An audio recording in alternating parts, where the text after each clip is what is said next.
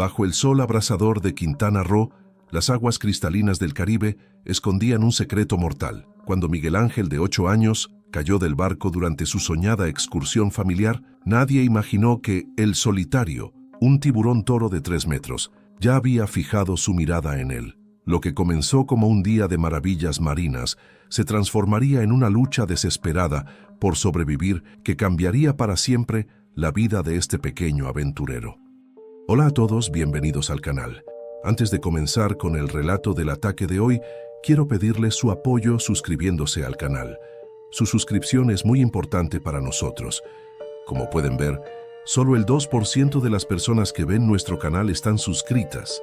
Así que por favor suscríbanse para apoyarnos. Traeremos contenido cada vez mejor. Hagan clic en el botón de me gusta y vamos al caso. El sol caía implacable sobre la costa de Quintana Roo, México. Las aguas cristalinas del Caribe mexicano brillaban como diamantes bajo la intensa luz tropical de julio. Para Miguel Ángel Domínguez, un niño de 8 años, este era el día más esperado de sus vacaciones familiares. Habían llegado desde Ciudad de México 3 días atrás y finalmente realizarían la excursión para ver tiburones ballena, esos gigantes pacíficos del océano que cada verano llegaban a las aguas cercanas a Isla Mujeres para alimentarse del abundante plancton. La familia Domínguez, compuesta por Roberto, ingeniero de 42 años, Carmen, médica de 40, Miguel Ángel, el entusiasta niño de 8, y Sofía, su hermana de 12, había reservado un tour con Aventuras Marinas, una compañía local con buena reputación entre los turistas. El capitán del barco, Ernesto Vega, llevaba 15 años guiando estas expediciones y conocía las aguas como la palma de su mano. Lo acompañaban 2 asistentes, Javier, un joven biólogo marino que servía como guía naturalista, y Lucas, el ayudante encargado de la seguridad y el equipo. «Buenos días, aventureros», saludó Ernesto, mientras los 10 turistas que componían el grupo del día subían a bordo de la embarcación de 10 metros llamada El Explorador. «Hoy tenemos un día perfecto para ver a nuestros amigos gigantes. El agua está clara y hemos recibido reportes de al menos 7 tiburones ballena alimentándose a unos 15 kilómetros de la costa». Miguel Ángel apenas podía contener su emoción. Había leído todo sobre los tiburones ballena en una enciclopedia que sus padres le habían regalado en Navidad. Sabía que, a pesar de su nombre intimidante y su tamaño colosal, podían alcanzar los 12 metros de longitud, eran completamente inofensivos para los humanos. Se alimentaban filtrando el agua para consumir plancton, pequeños peces y crustáceos. ¿De verdad vamos a nadar con ellos?, preguntó Miguel Ángel a Javier, mientras el biólogo ajustaba los chalecos salvavidas para todos los pasajeros. «Así es, amiguito», respondió Javier con una sonrisa amable, pero siempre manteniendo una distancia respetuosa. «Recuerda que son animales salvajes y debemos respetar su espacio». El niño asintió solemnemente. Había memorizado todas las reglas que le habían explicado: no tocar a los tiburones, mantener al menos 2 metros de distancia, no usar bloqueador solar que pudiera contaminar el agua y siempre seguir las instrucciones de los guías. Carmen ajustó el chaleco salvavidas de Miguel Ángel, asegurándose de que estuviera bien sujeto. «¿Estás seguro de que quieres entrar al agua? Puedes quedarte en el barco con papá si prefieres». «No, quiero verlos de cerca. He practicado mucho con el snorkel en la piscina del hotel», insistió el niño. Roberto, quien prefería observar desde la seguridad del barco debido a su leve fobia al océano abierto, sonrió orgulloso de la valentía de su hijo. «Déjalo. Carmen, Sofía y tú estarán con él en todo momento». La embarcación zarpó del muelle a las 8:30 de la mañana con el rugido de sus potentes motores. A medida que se alejaban de la costa, el color del agua cambiaba gradualmente de un turquesa, cercano a la orilla, a un azul más profundo e intenso. Miguel Ángel observaba fascinado la estela que dejaba el barco, mientras Javier señalaba ocasionales vuelos de pelícanos y explicaba curiosidades sobre la rica biodiversidad de la región. Tras una hora de navegación, Ernesto redujo la velocidad. «Estamos entrando en la zona de alimentación», anunció por el altavoz. «Mantengan los ojos abiertos. A veces podemos ver las aletas dorsales o las colas rompiendo la superficie». No pasó mucho tiempo antes de que Lucas señalara entusiasmado hacia babor. «Allí, un tiburón ballena. Todos los pasajeros se apresuraron hacia ese lado del barco, causando una leve inclinación. A unos 50 metros podía verse la inconfundible silueta moteada de un tiburón ballena nadando lentamente, con su enorme boca abierta, filtrando el agua rica en alimento. «Es enorme», exclamó Sofía, impresionada por el tamaño del animal, que Javier estimó en unos 9 metros. «Y eso que este es de tamaño mediano», comentó el biólogo.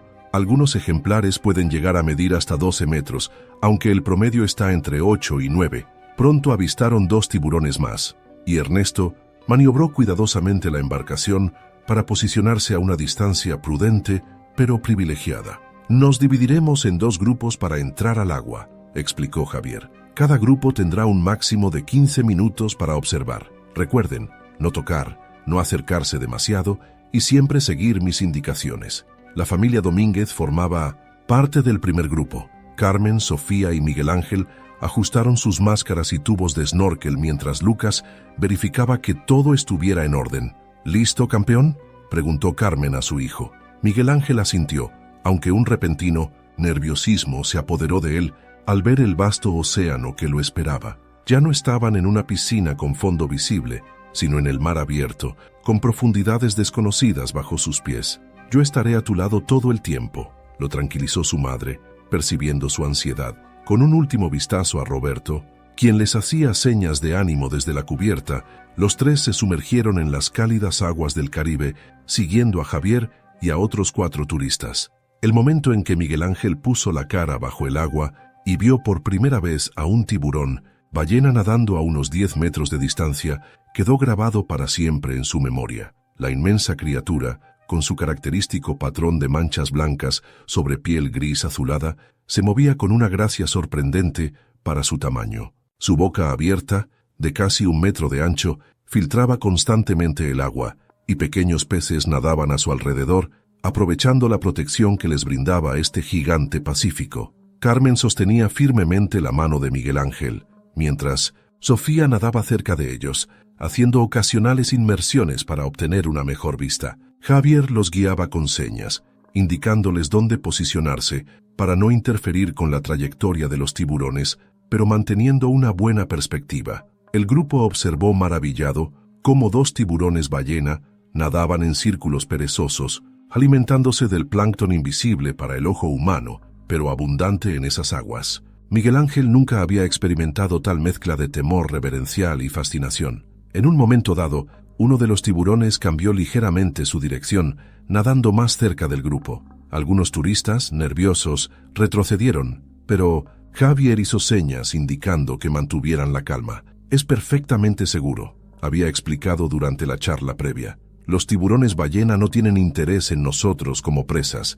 Su dieta consiste principalmente en organismos microscópicos». Miguel Ángel observaba hipnotizado el ojo del tiburón, un pequeño orbe que parecía mirarlo con antigua sabiduría. Por un instante, sintió una conexión con la criatura, una sensación de estar en presencia de algo verdaderamente magnífico y primordial. Lo que nadie podía prever era que este día, que había comenzado como una aventura educativa, estaba a punto de transformarse en una pesadilla. A unos 5 kilómetros de donde el explorador se había detenido, otro depredador marino, mucho menos pacífico que los tiburones ballena, nadaba siguiendo el rastro de un banco de atunes. Era un tiburón toro, Carcharinus leucas, macho de aproximadamente 3.2 metros de longitud, una especie conocida por su territorialidad y agresividad. Los pescadores locales lo habían apodado el solitario porque, a diferencia de otros tiburones de la zona, este ejemplar parecía operar siempre en solitario.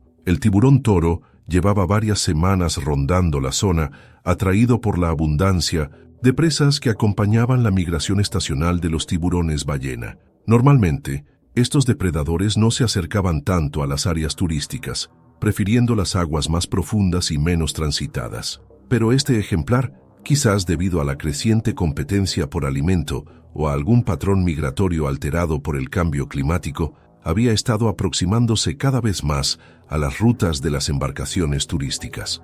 En El Explorador, ajenos a la presencia de este otro habitante del océano, el primer grupo de snorkel regresaba a bordo tras su tiempo en el agua. Miguel Ángel estaba exultante. hablando atropelladamente mientras describía a su padre todo lo que había visto. Era enorme, papá, y nadaba tan cerca que casi podía tocarlo, exageraba el niño, mientras Roberto le ayudaba a quitarse el equipo de snorkel. Recuerda que no debemos tocar a los animales salvajes, le recordó su padre con una sonrisa indulgente. Lo sé, pero era tan impresionante. Quiero volver a entrar, insistió Miguel Ángel. Ernesto había maniobrado la embarcación siguiendo a los tiburones ballena, que se habían desplazado ligeramente hacia el norte. El segundo grupo se preparaba para su turno en el agua cuando Javier notó algo inusual. «Capitán», llamó al timonel, «los pájaros están actuando extraño». Ernesto siguió la mirada del biólogo.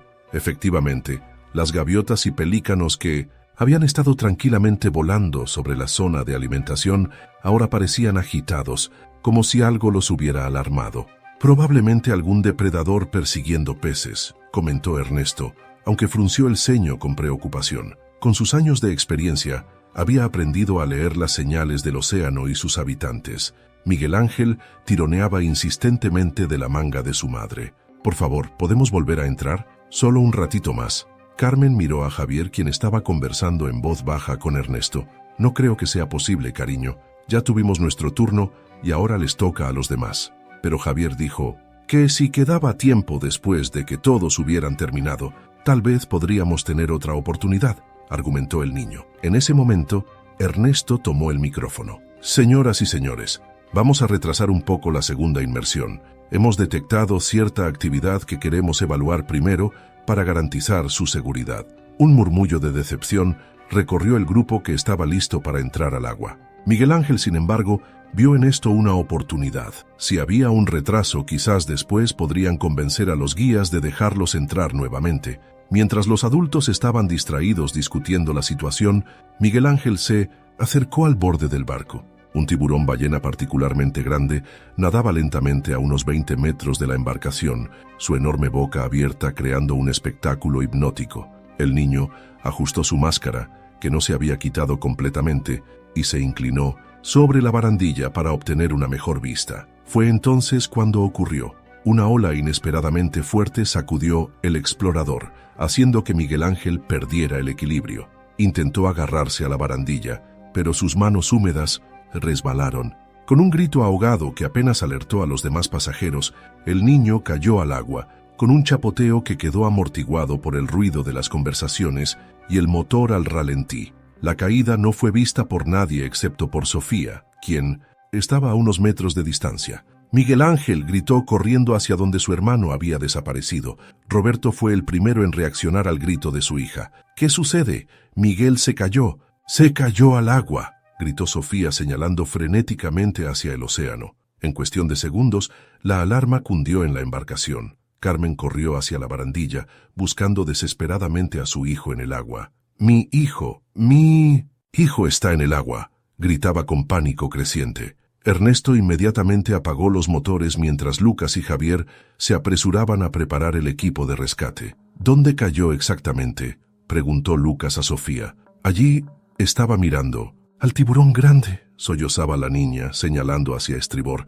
Miguel Ángel, mientras tanto, había salido a la superficie tras la caída inicial. Gracias a su chaleco salvavidas, flotaba sin dificultad, pero el susto lo había dejado momentáneamente desorientado. «¡Mamá!», gritó, girando en círculos y buscando el barco. La corriente, más fuerte de lo que parecía desde la seguridad de la embarcación, ya comenzaban a arrastrarlo lejos del explorador. El niño vio el barco a unos 30 metros de distancia y comenzó a nadar hacia él, pero su técnica inexperta hacía que avanzara muy lentamente. Desde el barco, Lucas había localizado al niño. «Lo veo, está a unos 30 metros a pintos entre... ¡Estribor!», gritó ya preparándose para saltar al agua. «Todos manténganse alejados de la barandilla», ordenó Ernesto, mientras maniobraba cuidadosamente la embarcación para acercarse a Miguel Ángel sin poner en peligro al niño con las hélices. Roberto estaba paralizado por el terror, su fobia al agua abruptamente confrontada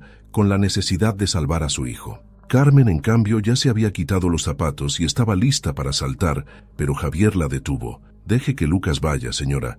Está entrenado para esto», le aseguró. Lucas ya se había lanzado al agua con una boya de rescate y nadaba con potentes brazadas hacia Miguel Ángel. El niño, al ver que alguien venía a rescatarlo, sintió un inmenso alivio. Fue en ese preciso instante cuando el solitario hizo su aparición. El tiburón toro había sido atraído por la agitación en 1900, el agua. Su excelente sentido electromagnético había detectado los movimientos erráticos de Miguel Ángel y su olfato había captado rastros de los bocadillos y protector solar que impregnaban la piel del niño. Para el depredador, las señales eran confusas pero intrigantes, suficientes para investigar más de cerca. Miguel Ángel vio la aleta dorsal aproximándose antes que nadie. Sus lecturas sobre tiburones le permitieron identificar inmediatamente que no se trataba de un tiburón ballena, sino de una especie muy diferente. El pánico se apoderó de él. «¡Tiburón!», alcanzó a gritar antes de que el miedo le cerrara la garganta. Desde el barco los gritos de alarma se intensificaron. «¡Hay un tiburón acercándose al niño!», gritó uno de los turistas, señalando la aleta que cortaba la superficie. Lucas también había visto al tiburón y aumentó la velocidad de su nado, consciente de que cada segundo era crucial. «¡Aguanta, Miguel! ¡Ya casi llego!», gritó. Bordo, Javier había tomado unos binoculares y confirmaba lo peor. «Es un tiburón toro de unos 3 metros, muy territorial y potencialmente peligroso», Ernesto maldijo por lo bajo. En sus 15 años guiando excursiones, nunca había tenido un encuentro con un tiburón toro tan cerca de la zona de tiburones ballena. «Lucas, sácalo de ahí ahora mismo», gritó a través de un megáfono. Carmen se había derrumbado en 1960, los brazos de Roberto, ambos observando impotentes cómo se desarrollaba la pesadilla. Sofía lloraba desconsoladamente, sintiendo que de alguna manera era culpable por no haber vigilado mejor a su hermano. Miguel Ángel, con un instinto de supervivencia sorprendente para su edad, recordó lo que había leído sobre encuentros con tiburones. «No debo mostrar miedo, no debo salpicar, debo mantener contacto visual», se repetía mentalmente mientras intentaba controlar su respiración acelerada. El tiburón toro nadaba en círculos cada vez más pequeños alrededor del niño, evaluando qué era exactamente esa extraña criatura en su territorio. Miguel Ángel podía ver claramente su silueta gris bajo el agua, el hocico romo característico de la especie, los ojos negros que parecían mirarlo sin emoción. Lucas estaba ya a unos 10 metros cuando el tiburón hizo su primer acercamiento directo. En vez de atacar, el depredador pasó rozando la pierna de Miguel Ángel, un comportamiento exploratorio típico antes de decidir si algo constituye una presa adecuada. El roce fue suficiente para que Miguel Ángel, a pesar de sus buenas intenciones, entrara en pánico total. Comenzó a patalear violentamente, intentando alejarse del tiburón, exactamente lo que no debía hacer. «No te muevas, Miguel, quédate quieto», gritaba Lucas, ahora a solo 5 metros de distancia. Pero el niño, dominado por el miedo primordial, no podía controlar sus movimientos. El tiburón, estimulado por la agitación, interpretó el comportamiento como el de una presa herida. Para el depredador, la decisión fue instintiva: atacar. El primer ataque fue rápido y exploratorio. El tiburón emergió desde abajo, mordiendo el chaleco salvavidas y parte del brazo izquierdo de Miguel Ángel. El niño gritó de dolor y terror mientras el agua a su alrededor comenzaba a teñirse de rojo. Desde el barco, los gritos de horror retumbaban. Ernesto había tomado un arpón de emergencia, pero la distancia era demasiada para un disparo efectivo. «¡Javier, la bengala!», ordenó Javier. Disparó una bengala de emergencia que cayó cerca del tiburón, creando un ruido fuerte y una estela de humo rojizo en el agua. El efecto fue momentáneo. El tiburón se alejó brevemente, lo suficiente para que Lucas llegara finalmente hasta Miguel Ángel. «Te tengo, campeón, te tengo», aseguró el rescatista, agarrando al niño y colocándolo sobre la boya de rescate. Miguel Ángel estaba semiconsciente, en shock por el trauma y la pérdida de sangre. Su brazo izquierdo presentaba profundas laceraciones desde el hombro hasta el codo, pero el solitario no había terminado. Estimulado por el sabor de la sangre, el tiburón regresó, esta vez más agresivo. Lucas lo vio acercarse y, en un acto de valor extraordinario, se colocó entre el depredador y el niño. «Lucas, sal de ahí», gritó Ernesto, quien había maniobrado el explorador lo más cerca posible y ahora lanzaba un salvavidas conectado a una cuerda. Lucas empujó a Miguel Ángel hacia el salvavidas mientras mantenía un ojo en el tiburón que se acercaba. «Tomen al niño primero», gritó a los del barco. Roberto, superando momentáneamente su fobia, se había unido a Javier para ayudar a izar a su hijo. Con manos temblorosas pero determinadas, ambos tiraron de la cuerda, mientras Carmen esperaba con una manta y el botiquín de primeros auxilios. Miguel Ángel fue subido a bordo en un estado crítico. La mordida había destrozado músculos y tendones, y aunque el chaleco salvavidas había absorbido parte del impacto, la pérdida de sangre era considerable. «Necesitamos torniquete y presión en la herida», indicó Carmen, poniendo en práctica sus conocimientos médicos a pesar del terror de ver a su propio hijo en tal estado. Mientras tanto, en el agua, Lucas enfrentaba su propia batalla por la supervivencia. El tiburón, frustrado por la pérdida de su presa inicial, ahora centraba su atención en el rescatista. Lucas intentaba mantener la calma, retrocediendo lentamente hacia el barco sin movimientos bruscos. Ernesto había recargado el arpón y estaba listo para disparar si fuera necesario, aunque esperaba no tener que hacerlo. Como muchos locales, respetaba la vida marina y entendía que el tiburón solo estaba siguiendo sus instintos naturales. «Lanza el salvavidas a Lucas», ordenó a uno de los turistas que se había ofrecido a ayudar. El salvavidas cayó a unos 2 metros de Lucas, quien comenzó a nadar hacia él con brazadas medidas, intentando no provocar al tiburón que seguía rondando. Fue entonces cuando la situación dio un giro inesperado. Uno de los enormes tiburones, ballena, atraído quizás por la conmoción o simplemente siguiendo su ruta de alimentación, pasó nadando entre Lucas y el tiburón toro. La presencia del colosal filtrador, 10 veces más grande que el solitario, pareció confundir al tiburón toro. Este se detuvo, como evaluando la nueva situación, lo que dio a Lucas los preciosos segundos que necesitaba para alcanzar el salvavidas y ser arrastrado hacia la seguridad de la embarcación. Una vez que Lucas estuvo a bordo, Ernesto encendió los motores a toda potencia, alejándose rápidamente de la zona. «Javier, contacta con la Capitanía de Puerto. Necesitamos una evacuación médica urgente». El biólogo ya estaba en la radio, comunicando la emergencia a las autoridades costeras. «Tenemos un niño de 8 años con una mordida severa de 1907 tiburón. Pérdida de sangre significativa. Necesitamos un helicóptero o una lancha rápida para evacuación inmediata». Carmen, con ayuda de un turista que resultó ser enfermero, atendía a Miguel Ángel. Habían improvisado un torniquete con un cinturón y aplicaban presión constante sobre las heridas con toallas limpias del kit de emergencia. Miguel Ángel iba y venía de la conciencia, murmurando ocasionalmente por su madre o preguntando confusamente sobre el tiburón. Sus labios estaban pálidos y su piel fría al tacto, signos claros de shock hipovolémico. «Está perdiendo demasiada sangre», murmuró Carmen a Roberto, quien sostenía la mano ilesa de su hijo, lágrimas silenciosas corriendo por sus mejillas. «¿Cuánto tardarán en llegar?», preguntó Roberto con voz quebrada. «La estación de guardacostas más cercana está a unos 20 minutos», respondió Ernesto, quien pilotaba la embarcación a la máxima velocidad que permitía la seguridad.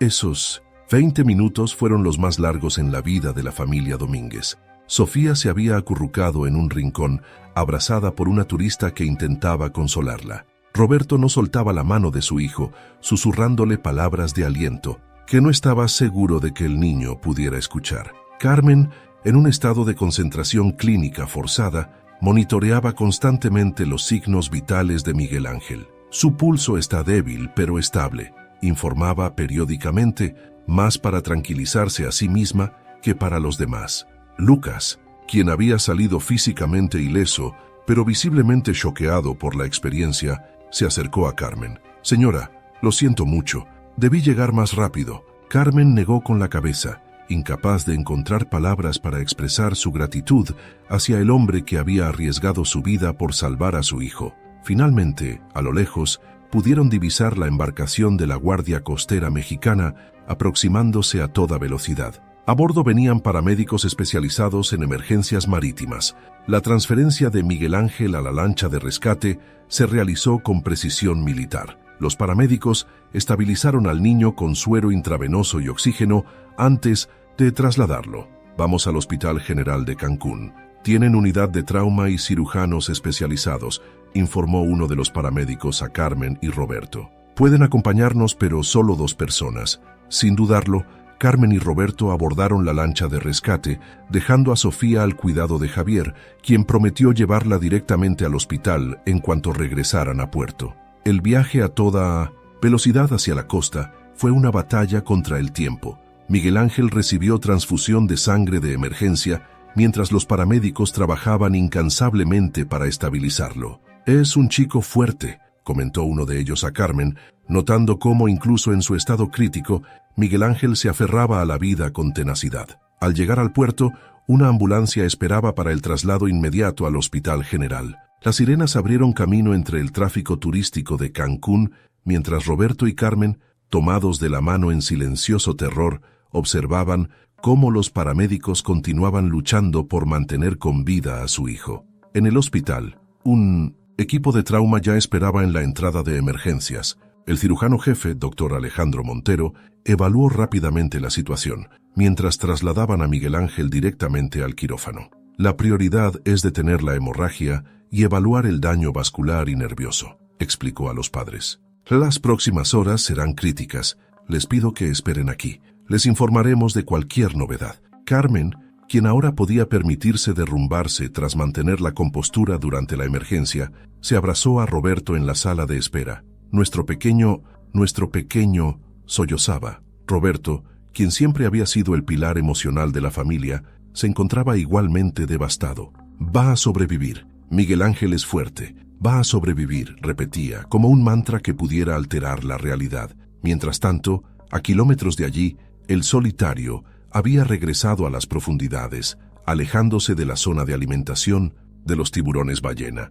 El encuentro con los humanos no había sido más que un breve episodio en la existencia del depredador, guiado únicamente por instintos desarrollados a lo largo de millones de años de evolución. Para el tiburón, no existía malicia ni crueldad en lo ocurrido, solo las implacables leyes de la naturaleza. Una señal había indicado una posible presa, y él había respondido como dictaba su naturaleza. Ahora, con el estímulo desaparecido, continuaba su solitaria patrulla por las aguas del Caribe, invisible nuevamente bajo la superficie aparentemente pacífica. En el Hospital General de Cancún, la operación de Miguel Ángel se extendió por más de 5 horas. El doctor Montero, junto con un equipo de especialistas que incluía un cirujano vascular y un traumatólogo, luchaban por reparar el extenso daño en el brazo del niño. La mordida del tiburón había seccionado parcialmente la arteria braquial, dañado severamente el nervio radial y destrozado músculos y tendones del antebrazo. Además, presentaba fracturas múltiples en el húmero y el radio. En muchos casos similares, la amputación sería la opción más segura, explicó el doctor Montero a su equipo. Pero es un niño pequeño, con toda la vida por delante. Vamos a intentar salvar el brazo. Meditadamente, suturaron vasos sanguíneos, realinearon huesos con placas de titanio y reconectaron delicadamente tejidos musculares y nerviosos. Cada paso era un desafío técnico que requería precisión milimétrica. En la sala de espera, Roberto y Carmen aguardaban en un estado de ansiedad suspendida. Sofía había llegado acompañada por Javier, quien insistió en quedarse hasta tener noticias del estado de Miguel Ángel.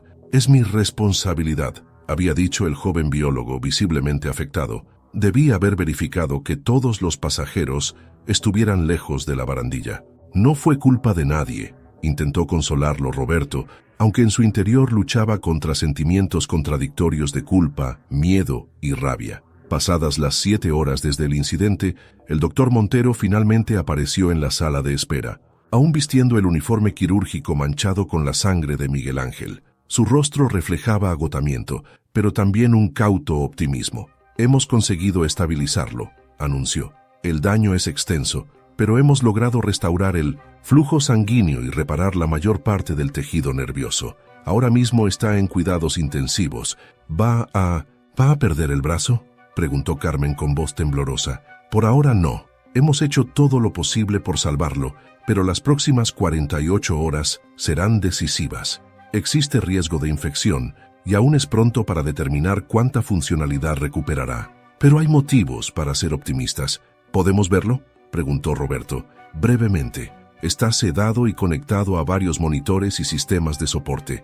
Les advierto que su aspecto puede resultar impactante», respondió el médico con franqueza. En la unidad de cuidados intensivos, Miguel Ángel yacía inmóvil, su pequeño cuerpo casi perdido entre tubos, cables y máquinas. Su brazo izquierdo, envuelto en gruesos vendajes, descansaba elevado sobre una estructura metálica. Su rostro, normalmente lleno de vida y entusiasmo, estaba pálido e hinchado por los medicamentos. Carmen, quien como médica estaba familiarizada con entornos hospitalarios, se sorprendió por lo vulnerable que parecía su hijo en esa cama. Roberto, por su parte, tuvo que apoyarse en la pared para no desplomarse ante la visión. «Mi pequeño, valiente», susurró Carmen acariciando suavemente la mejilla de Miguel Ángel. Mientras los padres velaban a su hijo, en las oficinas administrativas del hospital se desarrollaba otra situación. El ataque había generado un intenso interés mediático y varios reporteros ya esperaban en el vestíbulo, ansiosos por obtener información sobre el niño del tiburón, como ya lo llamaban en los titulares preliminares. «No permitiremos ningún acceso a la prensa sin el consentimiento expreso de la familia», aseguró la directora del hospital a su equipo. «La prioridad absoluta es el bienestar del paciente». Simultáneamente, en las aguas donde había ocurrido el ataque, la Secretaría de Marina desplegaba embarcaciones para realizar un monitoreo de la zona. Aunque los ataques de tiburones eran extremadamente raros en la región, este era apenas el tercero registrado en la última década, las autoridades temían el impacto que podría tener en el turismo, principal motor económico de Quintana Roo. Carlos Mendoza, biólogo marino de la Comisión Nacional de Áreas Naturales Protegidas, CONANEP, había sido designado como portavoz oficial para el caso. «Estamos ante un incidente aislado y altamente inusual», declaró a los medios reunidos en la Capitanía de Puerto. «Los tiburones toro no suelen frecuentar las zonas de avistamiento de tiburones ballena y mucho menos interactuar con turistas». Un reportero alzó la mano. «¿Están considerando capturar o eliminar al tiburón responsable?». Mendoza negó categóricamente. «Esa no es nuestra política ni nuestro enfoque científico. Los tiburones son parte esencial del ecosistema marino y están protegidos por numerosas regulaciones. Nuestro enfoque se centra en la prevención mediante educación y protocolos de seguridad mejorados». «¿Cómo pueden garantizar entonces la seguridad de los turistas?», insistió otro periodista. «Estamos implementando un sistema de monitoreo más exhaustivo y reevaluando los protocolos de seguridad para todas las excursiones. Temporalmente, hemos suspendido los tours de nado con tiburones ballena mientras completamos esta revisión». La noticia de la suspensión generó murmullos entre los reporteros. Esto tendría un impacto significativo en la economía local, especialmente durante la temporada alta turística. De vuelta en el hospital, la primera noche fue particularmente difícil para la familia Domínguez.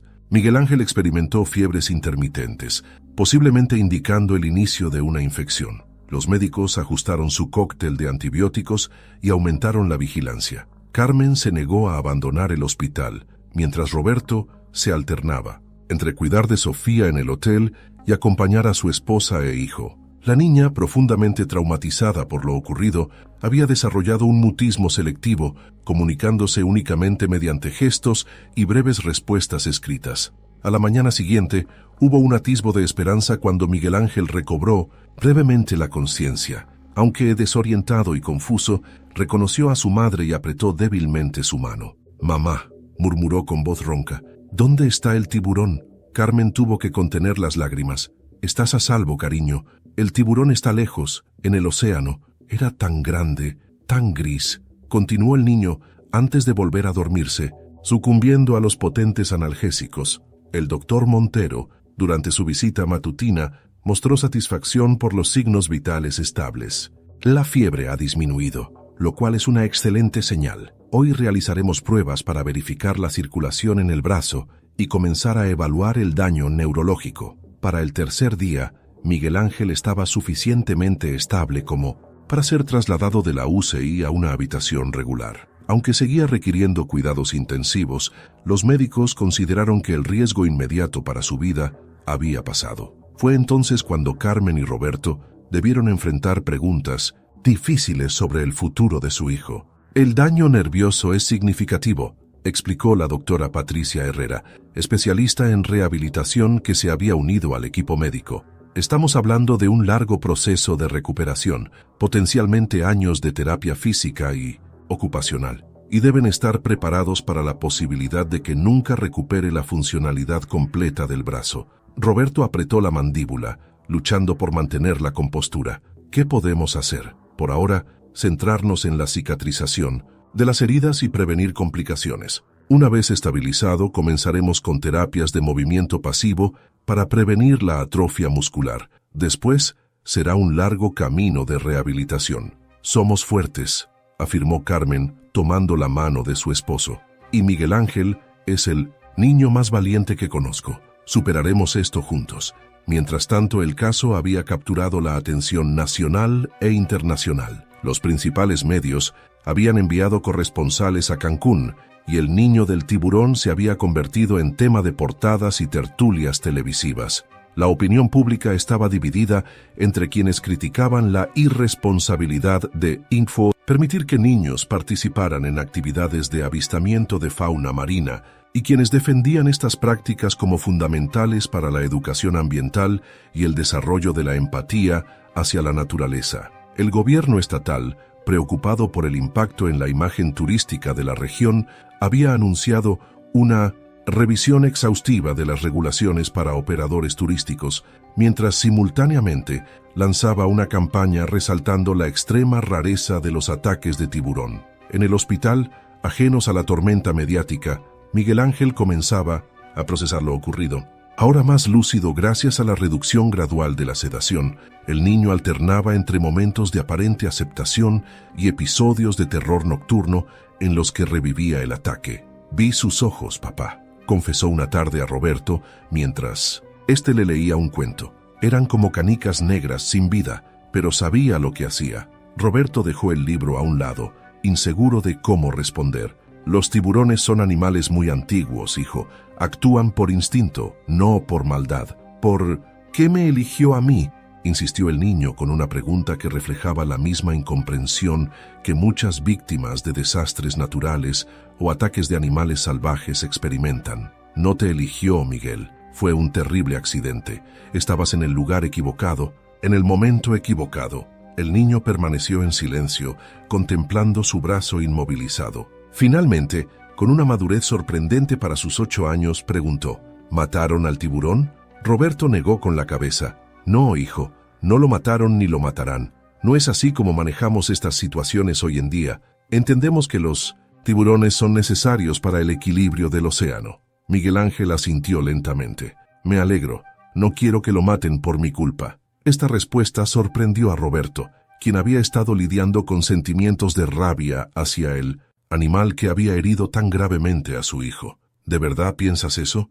«El tiburón solo estaba siendo un tiburón», respondió Miguel Ángel, citando casi exactamente lo que Javier les había explicado durante la excursión. «No podemos enfadarnos con él por ser lo que es». Roberto abrazó cuidadosamente a su hijo, conmovido por su sabiduría y su capacidad de perdón. Sin embargo, sabía que el camino hacia la recuperación emocional sería tan largo y complejo como la recuperación física. La psicóloga infantil asignada al caso, doctora Lourdes Vega, había comenzado sesiones diarias con Miguel Ángel, utilizando técnicas de juego y arte para ayudarlo a procesar el trauma. También trabajaba con Sofía, quien seguía culpándose por no haber impedido que su hermano cayera al agua. «El trauma afecta a toda la familia», explicó la doctora Vega a Carmen y Roberto durante una sesión conjunta.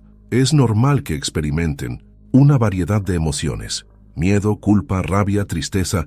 Necesitan ser pacientes con ustedes mismos y entre ustedes». Tras 2 semanas en el hospital, surgió otra complicación. Los Domínguez debían decidir si continuar el tratamiento en Cancún o trasladar a Miguel Ángel a Ciudad de México, donde tenían su red de apoyo familiar y su seguro médico ofrecía mejor cobertura. «Médicamente está lo suficientemente estable para el traslado», confirmó el doctor Montero, «pero requeriría un vuelo medicalizado y coordinación con un hospital en la capital». La decisión era compleja. Por un lado, el equipo médico de Cancún ya conocía el caso y había demostrado su competencia. Por otro, la recuperación prometía ser larga y estar cerca de la familia extendida proporcionaría un apoyo crucial. Finalmente, optaron por el traslado. El Hospital Infantil de México Federico Gómez, uno de los centros pediátricos más avanzados del país, Aceptó el caso y designó un equipo multidisciplinario para continuar el tratamiento. El día antes del traslado,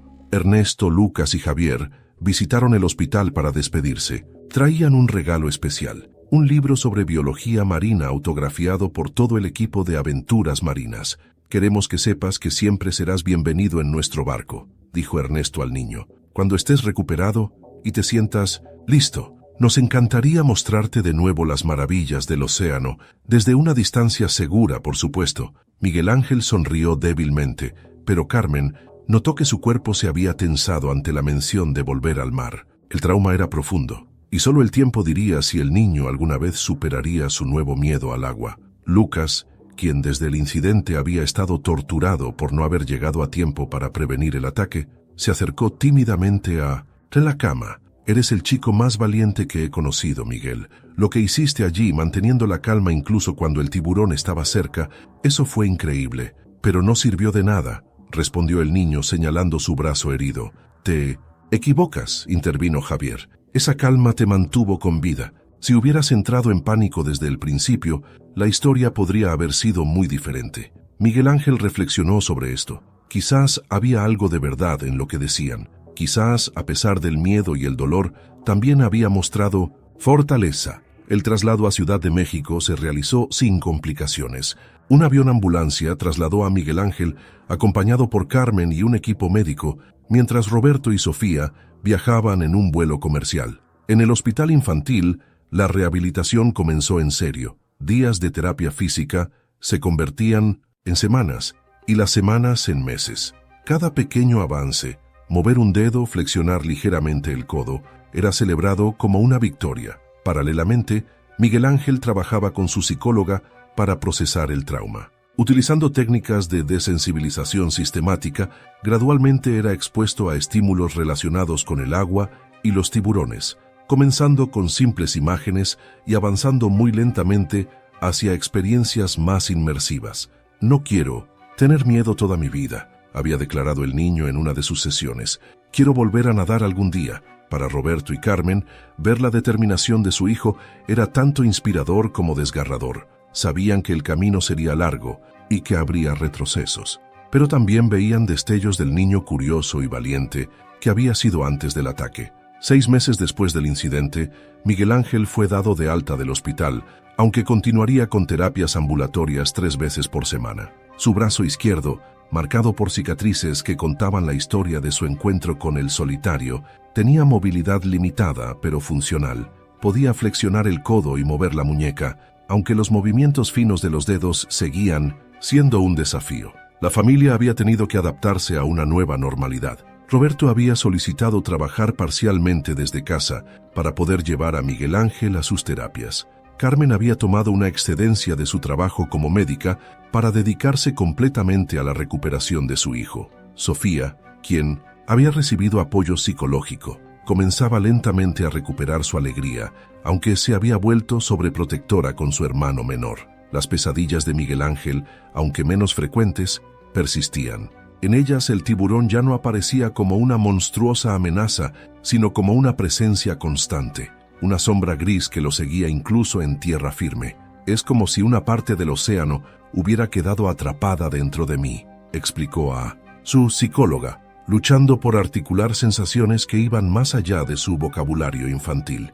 «Llevas la marca del océano», respondió la doctora Vega, «no solo en tu cuerpo sino en tu espíritu. Con el tiempo, aprenderás a integrar esta experiencia en tu historia personal sin que te defina completamente».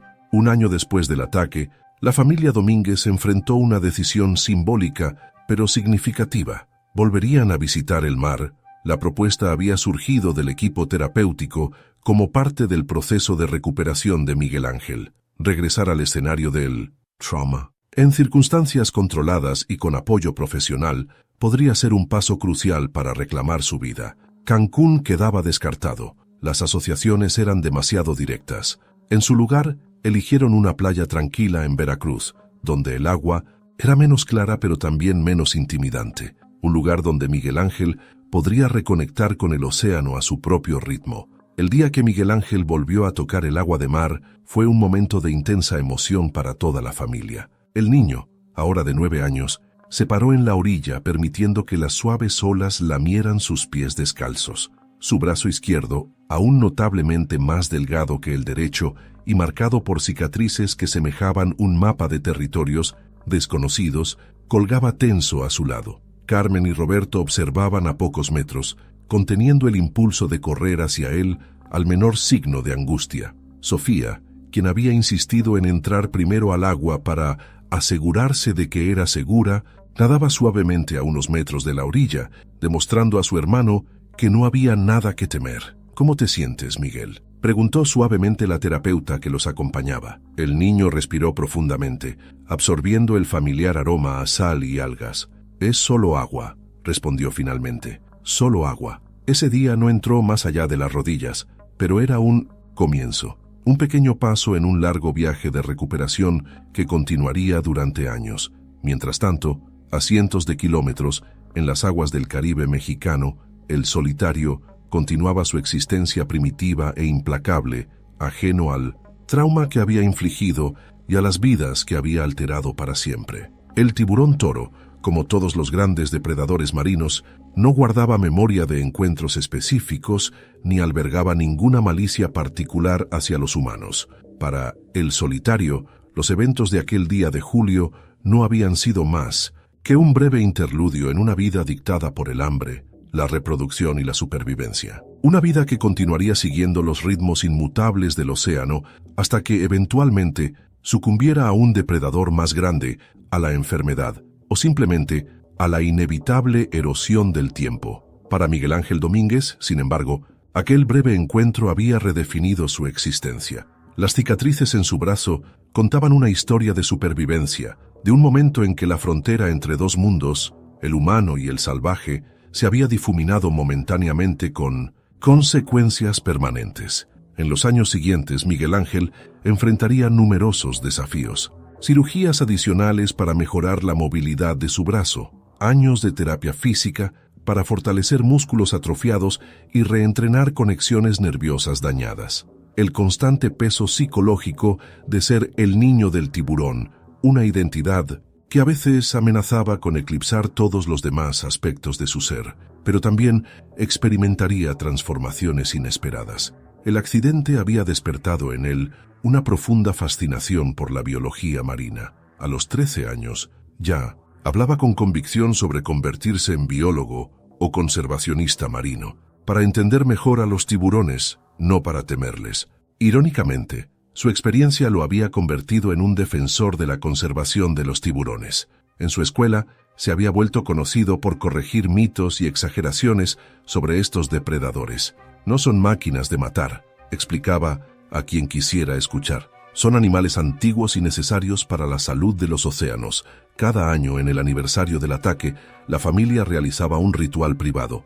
Acudían a una playa, cualquier playa, y Miguel Ángel lanzaba al mar una pequeña ofrenda biodegradable, una hoja con un mensaje escrito solo para él mismo y el océano. Nadie, ni siquiera sus padres o su hermana, sabía exactamente qué escribía en esos mensajes, pero observando su rostro sereno mientras la corriente se llevaba el papel, Carmen sospechaba que era una forma de diálogo con el mar, con el tiburón y con la parte de sí mismo que había quedado transformada para siempre aquel día de julio. En su 15º cumpleaños, 7 años después del ataque, Miguel Ángel tomó una decisión que sorprendió a su familia.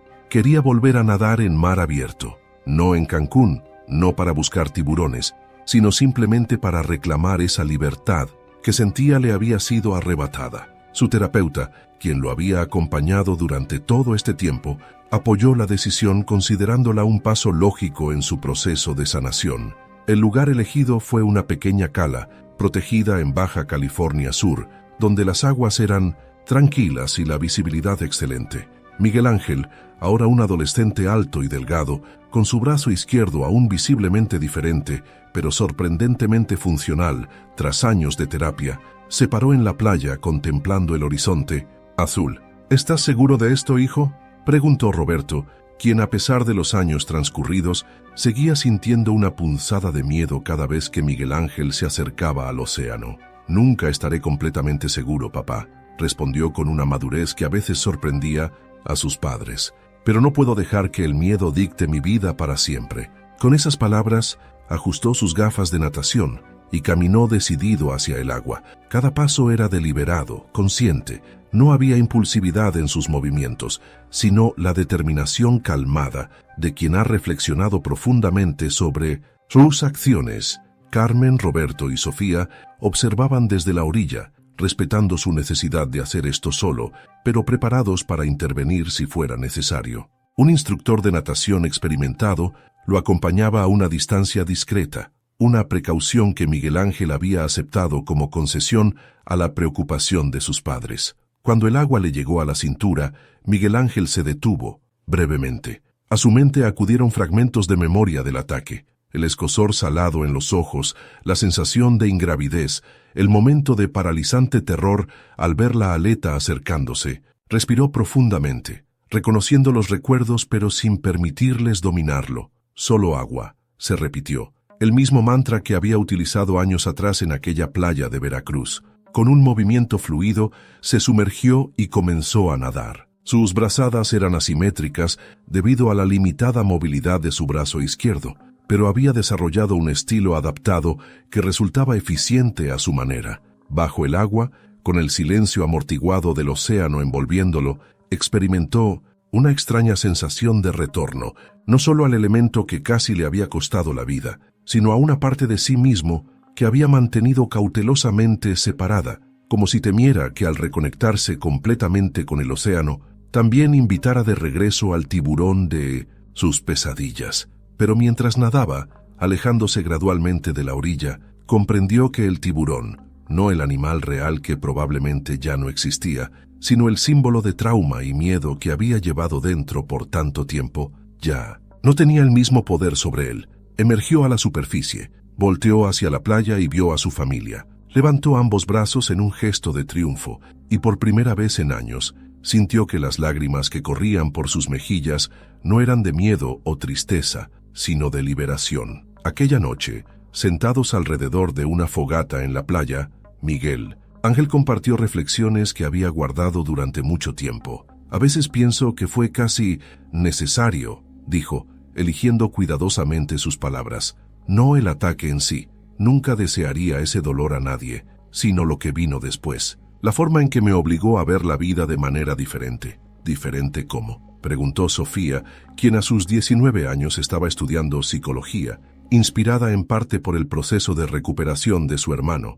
Es como si antes viera el mundo en 2 dimensiones, y ahora puedo ver una tercera, intentó explicar. Entiendo que la vida puede cambiar en un segundo, que somos increíblemente frágiles, pero también sorprendentemente resistentes, y que compartimos este planeta con criaturas que no nos odian ni nos aman, simplemente existen según sus propias reglas. Carmen, escuchando a su hijo, recordó al niño de 8 años obsesionado con dinosaurios y cómics que había abordado el explorador aquel fatídico día. Reconocía a ese niño en el joven que hablaba ahora, pero también veía las capas adicionales de complejidad y profundidad que la experiencia había añadido. ¿Crees que podrás perdonar algún día al tiburón?, preguntó Roberto, una pregunta que nunca antes se había atrevido a formular tan directamente. Miguel Ángel miró pensativamente las llamas. Hace tiempo que lo perdoné, papá. No se puede guardar rencor a la naturaleza. Sería como odiar a un huracán o a un terremoto. Hizo una pausa, pasando inconscientemente los dedos por las cicatrices de su brazo, un gesto que se había convertido en un hábito cuando reflexionaba profundamente. Lo que fue más difícil fue perdonarme a mí mismo, por haber sido imprudente, por el sufrimiento que les causé a ustedes, y a veces todavía tengo que recordarme que también merezco ese perdón. Roberto abrazó a su hijo, incapaz de expresar con palabras lo orgulloso que se sentía de la persona en que se había convertido. Esa noche, mientras la familia dormía en su cabaña junto al mar, Miguel Ángel tuvo un sueño, no una pesadilla, como las que lo habían atormentado durante años, sino un sueño tranquilo y extrañamente reconfortante. En él, nadaba libremente en un océano de imposible claridad. A lo lejos, podía ver la silueta inconfundible de un tiburón.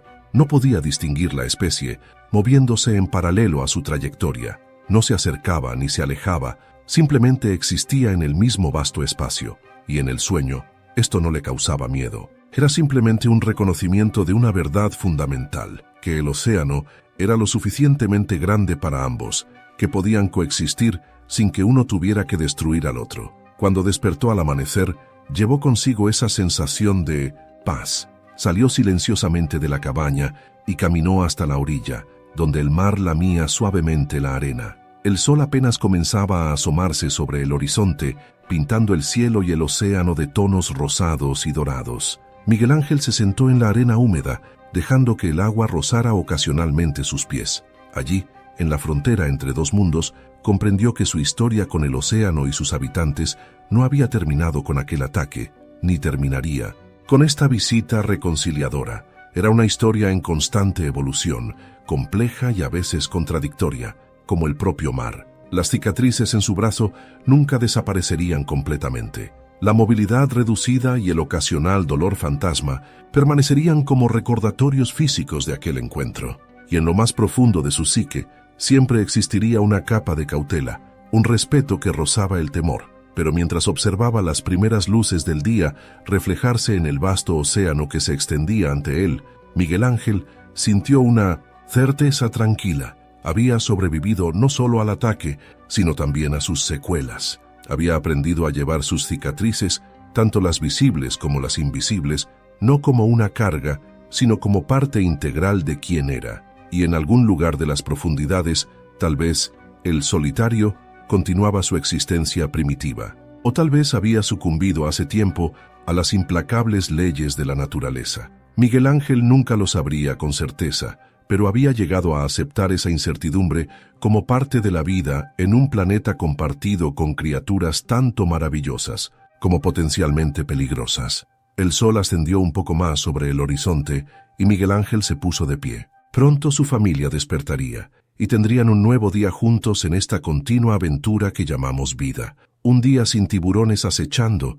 sin traumas paralizantes, solo la simple alegría de existir bajo el sol, junto al eterno e indiferente mar. En los años siguientes, Miguel Ángel Domínguez continuaría su camino de sanación y crecimiento. Su interés por la biología marina lo llevaría eventualmente a estudiar ciencias del mar en la Universidad Nacional Autónoma de México, especializándose precisamente en el comportamiento de grandes depredadores marinos, incluidos los tiburones. Su historia personal, que había sido brevemente famosa en los medios y luego olvidada, como ocurre con tantas noticias en nuestro mundo acelerado, le proporcionaba una perspectiva única cuando daba charlas educativas sobre seguridad marina y conservación. Los tiburones no son los monstruos que las películas nos han hecho creer, explicaba a audiencias de estudiantes y turistas. Son depredadores perfectamente adaptados a su entorno, con roles cruciales en los ecosistemas marinos. Nuestra responsabilidad es aprender a coexistir con ellos, respetando sus territorios y comportamientos. Invariablemente, durante estas charlas, alguien preguntaba por las cicatrices visibles en su brazo izquierdo. Miguel Ángel había aprendido a anticipar estas preguntas y las respondía con una combinación de franqueza científica y reflexión personal que dejaba una impresión duradera en sus oyentes. Cada año, los humanos matan entre 100 y 200 millones de tiburones, principalmente para el comercio de aletas. En comparación, los ataques de tiburones a humanos promedian menos de 10 fatalidades anuales a nivel mundial. ¿Quién debería temer a quién? Su familia había aprendido a aceptar esta vocación con una mezcla de orgullo y residual preocupación. Carmen, en particular, había necesitado tiempo para reconciliarse con la idea de que su hijo dedicaría su vida profesional a estudiar las mismas criaturas que casi lo habían matado. Es como si un sobreviviente de un accidente aéreo decidiera convertirse en piloto, comentó una vez a Roberto. O como un médico que decide especializarse en la enfermedad que casi lo mata, respondió él. A veces, enfrentar nuestros miedos nos lleva a descubrir nuestras pasiones más profundas. Sofía, siguiendo su propio camino en el campo de la psicología del trauma, frecuentemente colaboraba con su hermano en proyectos que combinaban educación ambiental con aspectos psicológicos del miedo a los animales salvajes. Juntos, habían desarrollado talleres para niños que habían experimentado traumas relacionados con la naturaleza, utilizando sus propias experiencias como punto de partida. En su 25º cumpleaños, 17 años después del ataque, Miguel Ángel recibió una invitación inesperada. Un prestigioso centro de investigación marina en Australia le ofrecía una beca para participar en un proyecto de monitoreo de grandes tiburones, incluidos tiburones toro similares a El Solitario. La invitación incluía la oportunidad de participar en inmersiones en jaula para observar de cerca a estos depredadores. Era una propuesta que combinaba sus intereses científicos con un desafío personal significativo: estar nuevamente cerca, muy cerca, de la especie que había marcado su vida de forma tan dramática. Durante días meditó sobre la decisión. A pesar de sus avances, a pesar de haber vuelto a nadar en mar abierto y haber dedicado su carrera académica a los ecosistemas marinos, la idea de encontrarse cara a cara con un tiburón toro despertaba ecos de aquel terror primordial que nunca había desaparecido completamente. Una noche, mientras contemplaba el dilema, recibió una llamada de Javier, el joven biólogo que había estado presente durante el ataque y con quien había mantenido contacto esporádico a lo largo de los años. «He oído sobre la oferta de Australia», comentó Javier, ahora director de un programa de conservación marina en Quintana Roo. «Es una oportunidad increíble». «Lo es», confirmó Miguel Ángel. «Pero no estoy seguro de estar listo para, ¿sabes? Mirar a los ojos a un tiburón toro de nuevo», completó Javier. Hubo un breve silencio. «Nadie te juzgaría si decides que hay límites que prefieres no cruzar, Miguel. Has demostrado tu valor 1000 veces». Esas palabras, sorprendentemente, cristalizaron la decisión de Miguel Ángel. Durante toda su vida post-ataque, había luchado contra la sensación de que retroceder ante cualquier desafío relacionado con su trauma significaba debilidad o fracaso. La comprensión de Javier le recordó que la verdadera fortaleza también incluía reconocer y respetar los propios límites. «Voy a aceptar», decidió finalmente, «pero lo haré a mi propio ritmo. No tengo nada que demostrar a nadie, ni siquiera a mí mismo». El proyecto en Australia resultó ser transformador, aunque no de la manera que había anticipado. El primer día que se sumergió en la jaula y vio aproximarse a un tiburón toro adulto, mayor y más imponente que el que lo había atacado, experimentó un breve momento de pánico, una reactivación del trauma que le hizo hiperventilarse y necesitar salir prematuramente. En vez de ver esto como un fracaso, lo aceptó como parte de su proceso. Trabajó con el psicólogo del equipo de investigación, adaptó los protocolos para permitirse una aproximación más gradual y 2 semanas después logró completar una inmersión completa. Lo que descubrió en ese encuentro no fue la resolución dramática que quizás había esperado subconscientemente. No hubo epifanía repentina ni desaparición mágica del miedo, sino algo más sutil y profundo: la capacidad de sostener simultáneamente el miedo y la fascinación, el trauma pasado y la curiosidad presente. «Son realmente magníficos», comentó a su colega australiana después de la inmersión. «Aterradores, sí, pero también perfectos en su diseño y función. La mayoría de las cosas verdaderamente asombrosas en la naturaleza inspiran tanto temor como admiración», respondió ella. «Quizás no podemos entenderlas completamente sin experimentar ambas emociones». Esa noche, en su diario de campo, Miguel Ángel escribió: «Hoy nadé con mis pesadillas y descubrí que tienen branquias y escamas, músculos y limitaciones. Son criaturas, no monstruos, y yo soy un hombre, no una víctima». Al finalizar su estancia en Australia, Miguel Ángel había participado en más de 20 inmersiones con tiburones de diversas especies. El miedo nunca desapareció completamente, y los especialistas le aseguraron que esto era perfectamente normal y adaptativo, pero se había transformado en algo manejable, incluso útil, para mantener un saludable respeto por estos depredadores. De regreso en México, fundó una pequeña organización dedicada a 2 objetivos aparentemente contradictorios: promover la conservación de los tiburones y mejorar la seguridad de las actividades turísticas relacionadas con el océano. «No son objetivos opuestos», explicaba a quienes cuestionaban esta dualidad. «La seguridad humana y la protección de los tiburones pueden y deben coexistir. Ambas se basan en el conocimiento, el respeto y la prevención». Su organización trabajaba con operadores turísticos para implementar mejores protocolos de seguridad, con pescadores para desarrollar prácticas sostenibles y con escuelas para educar sobre la importancia ecológica de los tiburones. Ocasionalmente,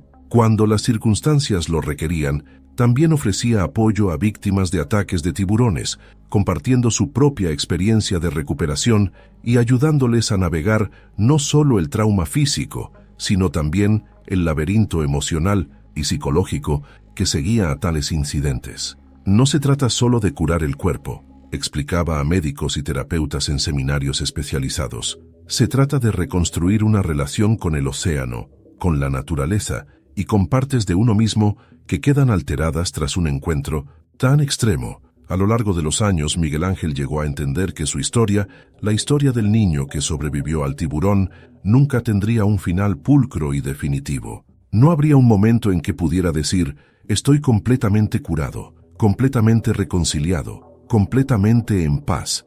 En cambio, había aprendido a vivir con una narrativa en constante evolución, donde cada inmersión en el océano, cada conferencia sobre conservación marina, cada momento de pánico residual y cada nueva cicatriz quirúrgica añadía un nuevo capítulo. En su 30º cumpleaños, Miguel Ángel regresó a Quintana Roo por primera vez desde el ataque, no a Cancún, sino a un pequeño pueblo costero cercano. Acompañado por sus padres, su hermana y su pareja, una bióloga marina que había conocido durante sus estudios, alquiló un pequeño bote y navegó hasta el área aproximada donde había ocurrido el ataque. No había ninguna señal física que marcara el lugar, ningún monumento conmemorativo en medio del vasto océano, solo las coordenadas que había obtenido de los registros oficiales y sus propios recuerdos fragmentarios. Allí, en una pequeña ceremonia privada, Miguel Ángel realizó un acto simbólico. Había traído consigo una pequeña escultura de bronce que representaba un tiburón y un niño, no en confrontación, sino en una especie de danza paralela. La pequeña obra, creada por un artista amigo, representaba no el ataque en sí, sino la compleja relación que había surgido de él. Con cuidado, Miguel Ángel depositó la escultura en el agua, dejando que se hundiera lentamente hacia el fondo marino. No es un monumento al trauma, explicó a su familia mientras observaban el bronce desaparecer bajo las olas. Es un reconocimiento de una conexión inesperada e involuntaria, pero real y transformadora. Mientras el bote regresaba a la costa, Miguel Ángel contempló el horizonte, donde el azul del mar se fundía con el azul del cielo. Pensó en El Solitario, que casi con certeza ya no existía físicamente, pero que continuaba existiendo como parte integral de su historia personal. Pensó también en el niño de 8 años que había sido, tan entusiasta por ver tiburones ballena, tan inconsciente de cómo un solo momento alteraría el curso de su vida. ¿En qué piensas?, preguntó su pareja, notando su expresión contemplativa. Miguel Ángel sonrió señalando hacia el horizonte abierto. En que el océano no guarda rencores ni concede favores, simplemente es, y en que aprender a aceptar esa indiferencia, esa inmensidad que no se preocupa por nuestras pequeñas tragedias humanas, puede ser el acto de sanación más profundo. El barco continuó su rumbo hacia la costa, dejando atrás el sitio del ataque. Pero Miguel Ángel sabía que una parte de él siempre permanecería allí, en ese punto donde dos mundos habían colisionado y donde un niño y un tiburón habían establecido, sin pretenderlo, una conexión que trascendería el tiempo, el trauma y la transformación. Y en algún lugar de las profundidades, quizás otro tiburón toro, descendiente tal vez de El Solitario, continuaba su ancestral patrulla, ajeno a las complejidades humanas, siguiendo simplemente el imperativo biológico de su especie: existir, cazar, sobrevivir. Dos seres, dos historias, brevemente entrelazadas en la inmensidad del océano. Una intersección improbable que había creado ondas expansivas que seguirían reverberando a lo largo de una vida humana, mientras el mar, eterno e indiferente, continuaba su incesante vaivén, borrando todas las huellas, sanando todas las heridas, a su propio e implacable ritmo.